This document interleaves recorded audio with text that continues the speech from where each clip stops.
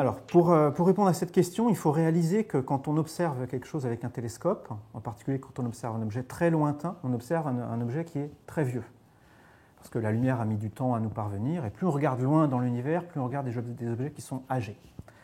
Et donc effectivement, avec des télescopes de plus en plus performants, on arrive à voir de plus en plus loin dans l'univers, et donc de voir des objets de plus en plus vieux, donc qui ont été créés de plus en plus tôt dans l'histoire de l'univers.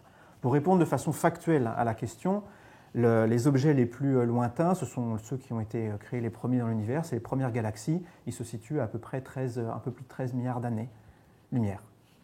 13 milliards d'années-lumière. Alors, ça c'est un chiffre qui va changer tout le temps, parce que tous les ans on fait des découvertes, là c'est 13, demain ça va être 13,1, voilà. Cependant, ça va s'arrêter, ça. Plus on regarde loin, plus en fait on regarde tôt dans l'univers, et au bout d'un moment, on va atteindre des régions où il n'y avait rien encore qui s'était formé. Donc en fait, là, on est déjà en train d'observer les premiers objets qui se forment dans l'univers. Donc là, alors peut-être qu'on verra un objet qui est un tout petit peu plus loin que le prochain, que celui qu'on voit maintenant. Peut-être que l'année prochaine, on découvrira un petit peu plus lointain, mais là, ça devient de l'anecdote, en fait. Là, on voit vraiment aujourd'hui les objets les plus lointains dans l'univers.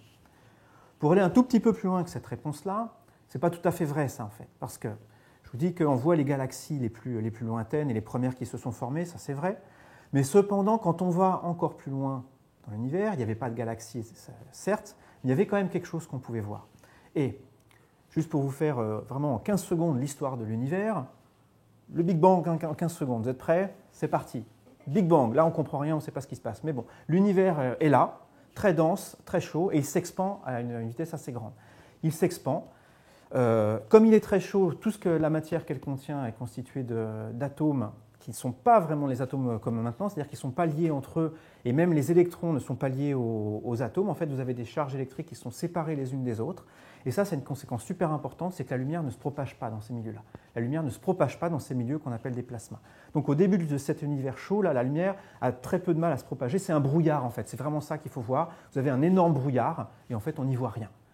L'univers s'expand, et pendant cette expansion, il se refroidit.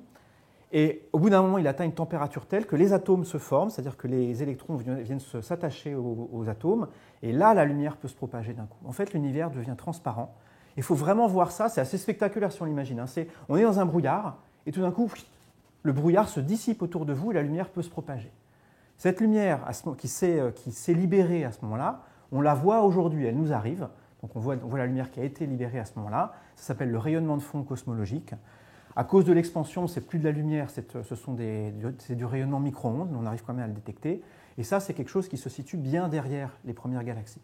Donc, en toute rigueur, l'objet le plus lointain qu'on voit aujourd'hui, c'est ça, c'est ce rayonnement de fond cosmologique, et il est à peu près à 14,5 milliards d'années-lumière de nous.